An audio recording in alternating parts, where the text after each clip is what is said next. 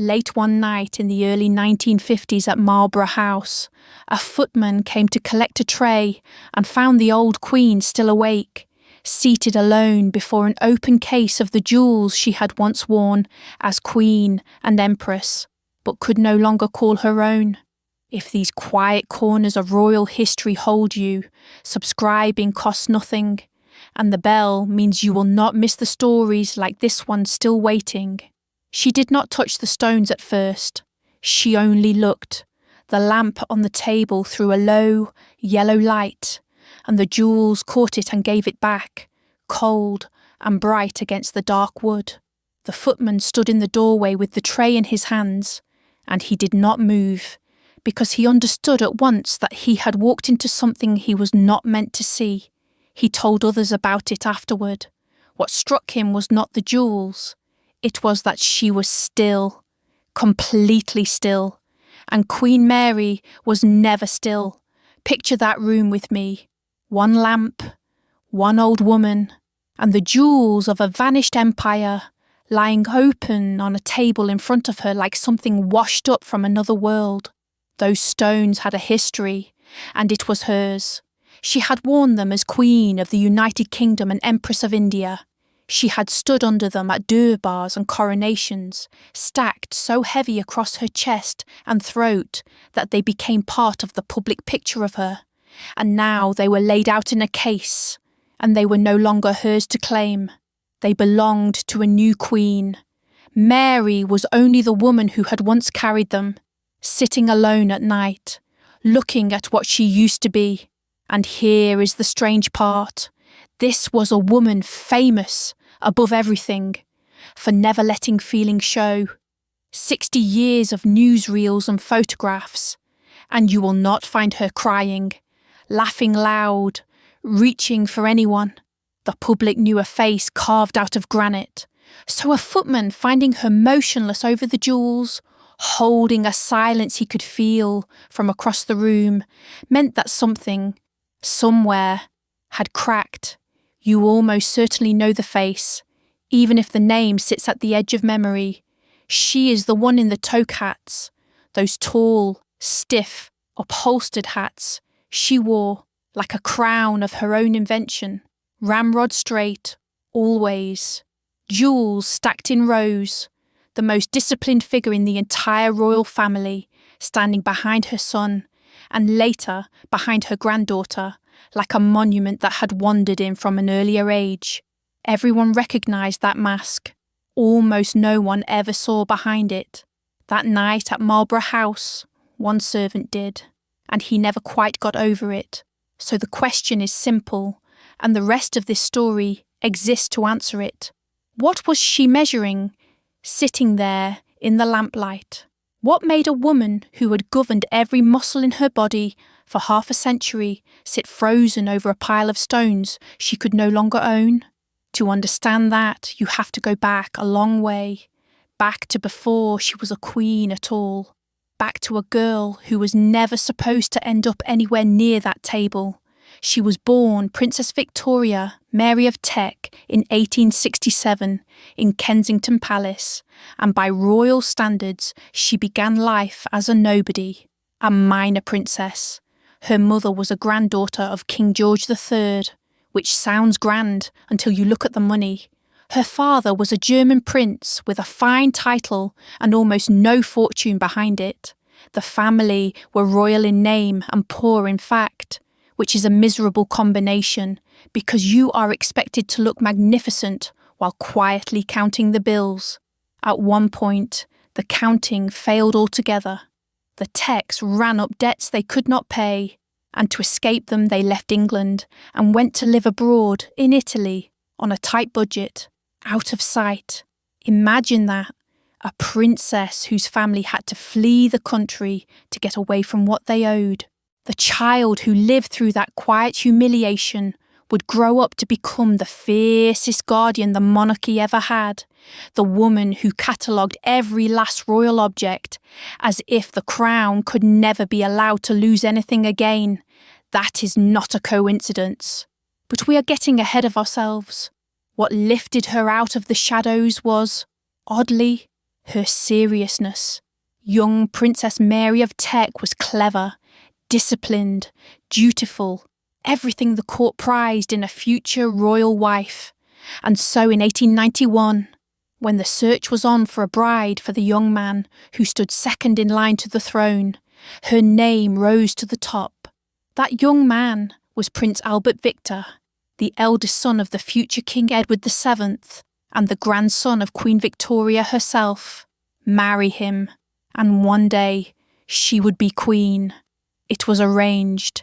She was chosen. The path opened in front of her like a corridor.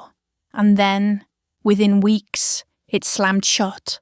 In the winter of 1892, influenza swept through the country, and Prince Albert Victor caught it. It turned to pneumonia. He died in January at the age of 28, only weeks before the wedding that would have made Mary his princess. She had been fitted for it. She had accepted her whole future in his name. And now he was gone, and she was a grieving fiancée with no husband and no throne, standing at the graveside of the life she had been promised. Most stories would end there for a girl like her, set aside, quietly pensioned off, remembered as the woman who almost was. That is not what happened, because the family had made a decision about her, and death did not change it. Within a year, she was betrothed again to the dead man's younger brother. Prince Albert Victor's next brother in line was Prince George, the future King George V, and it was to him that she was now attached. The crown had chosen Mary of Teck as the right woman to sit beside the throne, and when one prince died, they simply moved her to the next. She agreed. She married George in 1893. Ask yourself what it takes to marry the brother of the man you were promised to, within a year of standing at the first one's grave, and to walk into that marriage calling it duty, not love, not choice. Duty. She married the throne, not the man. And this is the thing that tells you everything about who she became. She did not resent it. She did not resist it. She taught herself to love the duty instead, deliberately, the way you train a muscle, until the throne itself became the thing she was faithful to. George turned out to be a decent, plain, stamp-collecting man, and in time a real affection grew between them. But it grew inside a marriage built on obligation, and Mary never once forgot which came first. That is the woman who would one day sit alone in the lamplight, motionless over a case of jewels. Not a romantic, not a soft heart caught off guard. A woman who had built her entire self on control, on the swallowing of feeling, on the belief that the institution mattered more than any single person inside it, including her. Which is exactly why the Footman story matters, because for her to break, for the stillness to mean grief and not composure, that control had to have a beginning and a shape and a cost. But the discipline the Footman saw crack that night was forged deliberately, piece by piece, from the moment she became queen in 1910, when she perfected a mask so complete that her own sons would later be blamed for the coldness it left behind. By then, the mask was already a habit of the body. She stood beside King George V at every state occasion, the way a soldier stands at inspection, spine straight, chin level, hands still. The toque hat sat high on her head like armour. The jewels were stacked in careful rows, not for vanity, but as a statement of office, a reminder to every room she entered of exactly who she was. Staff who served her for decades said the strangest thing about her was not the grandeur, it was the consistency. She was the same in the corridor as she was on the balcony. In public, she never let feeling show, and in private, they said, she never let it show either. There was no offstage version of Queen Mary. The woman and the role had been welded together until you could not find the seam. And that is where the cost begins, because a person that controlled does not leave much room for warmth. Her sons grew up under a mother who corrected before she comforted. Biographers and household staff would later point to that coldness and connect it directly to the men her sons became. One of them shy to the point of terror, another restless and desperate for the approval he never got at home. She loved the idea of her children as heirs. The children themselves seemed to reach her from a greater distance. All her tenderness went somewhere else. It went into objects. Queen Mary was a collector on a scale that bordered on obsession, and she treated the royal collection the way another woman might treat a family. She catalogued it. She hunted down pieces she believed had been lost, sold off, or quietly pocketed by relatives over the generations, and she brought them back. She knew the provenance of the smallest miniature. She could stand in front of a display cabinet, gloved hand moving from one object to the next, and tell you where each had come from and where it belonged. Think about what that means. She could catalogue every jewel in the palace and still not warm to a single soul in it. Sit with that for a moment. The devotion was real, deep, lifelong. It was simply aimed at the monarchy as an idea, rather than at any living person standing inside it. Biographers agree on this almost without dissent. Mary was more loyal to the crown than to anyone who wore it, including her own family. That belief had a name she lived by. The crown mattered more than the person, not more than her comfort, more than her feelings, more than her sons, more than her. She had married the throne when the man she was first promised to died, and she had spent 40 years making that bargain look like devotion. For most of her life the bargain held, because everyone around her honoured the same rule. Then one of them broke it, and the person who broke it was her own eldest son. In 1936, King George V died, and the boy Mary had raised to be king became King Edward VIII. He was charming, popular, the golden prince the newspapers adored. He was also in love with a woman named Wallis Simpson, an American, twice married, her second divorce not yet even final. The church would not marry them. The government would not accept her as queen, and Edward VIII offered the oldest throne in Europe or the woman, chose the woman. Before the end of that same year, he signed the abdication. The document went out.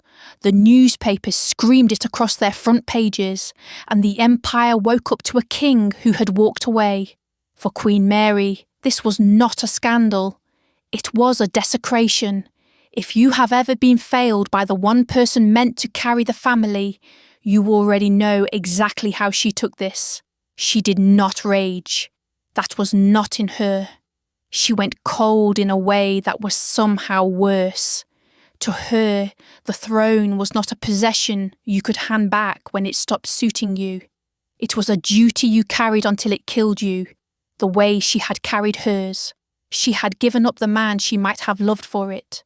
She had given up warmth, ease, ordinary happiness for it, and her son had traded the whole thing for a divorcee from Baltimore. She never forgave it. Not the choice, not the woman, not the humiliation of watching the institution she had bled for handed off like an inconvenience. She saw the abdication as a betrayal of the crown itself, and in her mind there was no larger crime. Years later, she still could not speak of Wallis Simpson without the temperature in the room dropping. And here is why this landed so hard, and why, if you are watching from across the Atlantic, it cut a particular way. This was not a distant palace squabble. The whole world was watching. An American woman, twice divorced, stood at the centre of the greatest monarchy on earth, and a king gave up an empire to be with her. In Britain, it felt like the foundation shifting. In the United States, it read like a love story. To Queen Mary, it was neither.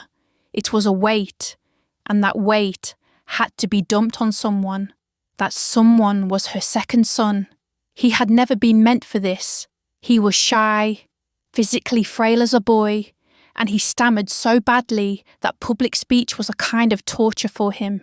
He had watched his confident older brother groomed for the throne and been grateful, quietly, that the burden would never be his.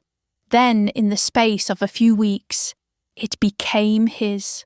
He stammered his way onto the throne as King George VI, unprepared and by every honest account, terrified.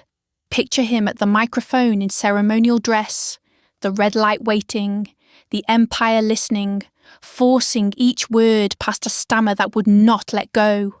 That was the man now expected to steady a monarchy his brother had just cracked open. His mother stood beside him, rigid as ever, and watched him take on a load that had been forced onto him through no fault of his own, and she watched him carry it for the next 16 years. Through the war, through the bombing of London, when he and the family stayed, through the slow dissolution of the empire she had once been empress of. She saw the strain age him, saw the illness take hold in his final years, and she said little, because saying little was the only language she had ever allowed herself. Which brings us to the grief, and to a question I want you to hold as we go. There is only so much loss a single person can absorb before the mask itself begins to fail. Mary had already buried her first love, the fiancé who died weeks before their wedding. Years before all this, she had lost a young son, her 5th child, who died as a boy. She had buried her husband, the king, in 1936, the same brutal year the abdication tore the family apart. That is a life already thick with funerals, and she had worn the same composed face at every one of them. The household noticed it.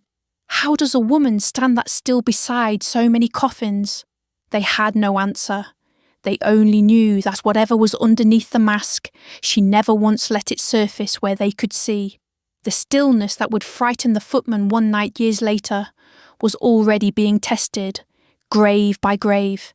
And then, in February of 1952, the second son she had watched carry the weight died, worn out at 56, his lungs gone, far too young, which meant that by the time the footman found her at that table, she had outlived a husband and 2 of her sons, and buried a 3rd decades before, and the great jewels themselves, the ones she had catalogued and restored and worn as queen and empress, had already passed out of her hands to a 25-year-old granddaughter. So there she was, the last of them, a woman, born when Victoria still sat the throne, watching the crown pass to a girl of 25. Elizabeth II acceded in February 1952, and everything that had once belonged to Mary now belonged to her. The state jewels, the great pieces, the stones Mary had worn when the maps were still coloured for an empire that spanned a quarter of the earth. Photographs from those first months of the new reign show the young queen weighed down with them, luminous, at the start of everything. And in Marlborough House, an old woman watched from the far side of a century she no longer recognised. Mary was the dowager now, the widow of a king, the figure everyone bowed to out of habit rather than power. Her role had a name and almost no substance. She had spent her whole life as the fixed point at the centre of the royal family, the one who corrected posture and enforced silence and never, ever let the mask slip. And now the machine ran without her. The empire she had embodied was dissolving, colony by colony, treaty by treaty, and she was left in a house full of catalogued objects, tending the memory of a world that had already gone. Which brings us back to the table. The footman was sent up to collect a tray. Late. The kind of small errand no one remembers, unless something about it refuses to leave. He expected an empty room or the Queen asleep. Instead, he found her awake, seated, upright as always, and in front of her an open case. Inside lay the jewels catching the lamplight, not costume pieces, The real ones. The ones she had worn as queen and empress. The ones that told the whole world who she was the moment she entered a room. And here is the thing that mattered. They were no longer hers to wear. They had passed to Elizabeth. By right. By law. By the same rules of succession Mary had defended her entire life. She could hold them. She could look at them. She could not, in any public sense, claim them. A monarchy runs on exactly that principle, that the objects outlive the hands. Mary had always known it. She had built her identity on it. But knowing a thing and sitting alone with it at night are two different weights. Watch what she does with the single piece she picks up, because everything she believed for 85 years is in that one gesture. The footman said she did not touch them at first. She only looked. And he told the others afterward that he had never seen her still like that, because Queen Mary was never still. Stillness was not in her. She was correction. She was motion. She was the straightened spine and the level gaze. But that night she sat without moving, and then she reached out and lifted one piece from the case. She held it, just held it, in the lamplight, in an old woman's hand, and then she set it back, without a word. She placed it exactly where it had been, and she said nothing at all. That was the whole scene. A jewel lifted, held, returned. No speech, no tears, no gesture anyone could put in a memoir and call revealing. And yet the footman never forgot it, and the staff who heard it never forgot it either, and they all came to the same quiet conclusion. They believed she was measuring the distance between what she had been and what remained, between the queen and empress who once carried these stones as a matter of right, and the widow who could now only borrow them for a moment by lamplight before putting them back. That is the payoff of the whole story, and it is almost unbearably small. One woman, one jewel, one motion of the hand, because understand what you're actually looking at.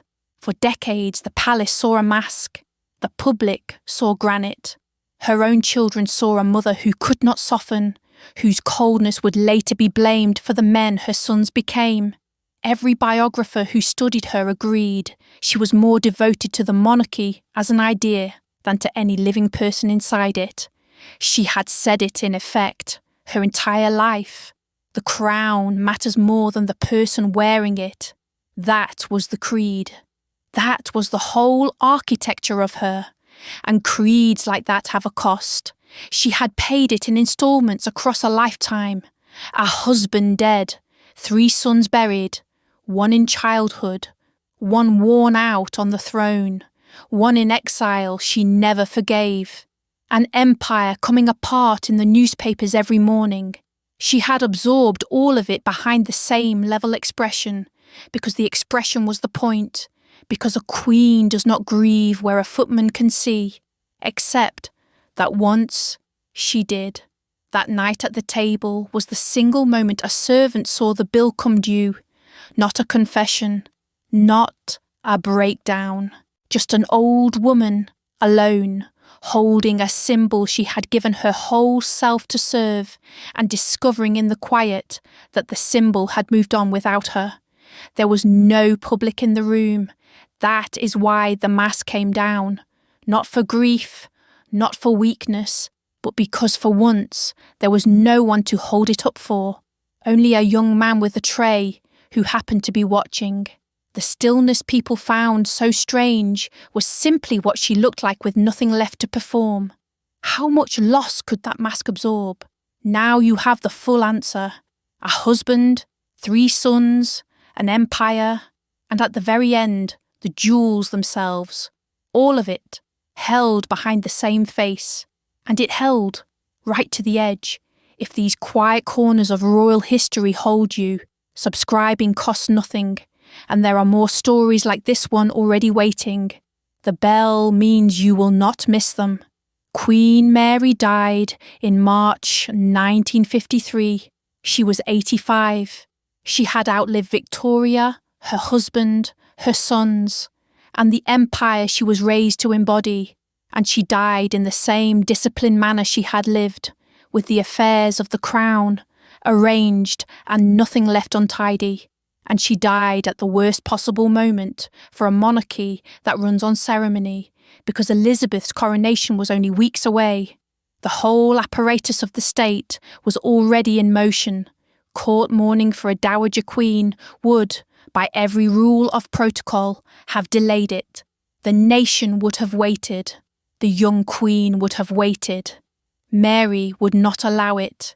She left instructions, plainly, that her death was not to postpone the coronation. Let it proceed. Let the crowds gather. Let the new reign begin on schedule. Let no black crape hang over the day. The institution renewed itself. Set the mourning aside.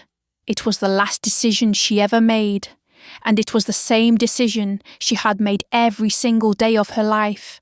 Only now she made it about herself, the person, even in death, subordinate to the crown. She had said it for 85 years. She proved it with her own funeral. So the coronation went ahead. Elizabeth was crowned in June, the abbey full, the whole young world watching, and somewhere in the arrangements, a notice of mourning had been quietly set aside, exactly as the old queen had asked. She got what she wanted. The institution came first, all the way down. The next time you see her in a photograph, granite and unmoved, the toque hat, the stacked jewels, the spine that never bent, remember, there was one night the granite was alone, because that is what the footman saw. Not a scandal, not a secret in the tabloid sense, just the one moment the woman and the symbol came apart.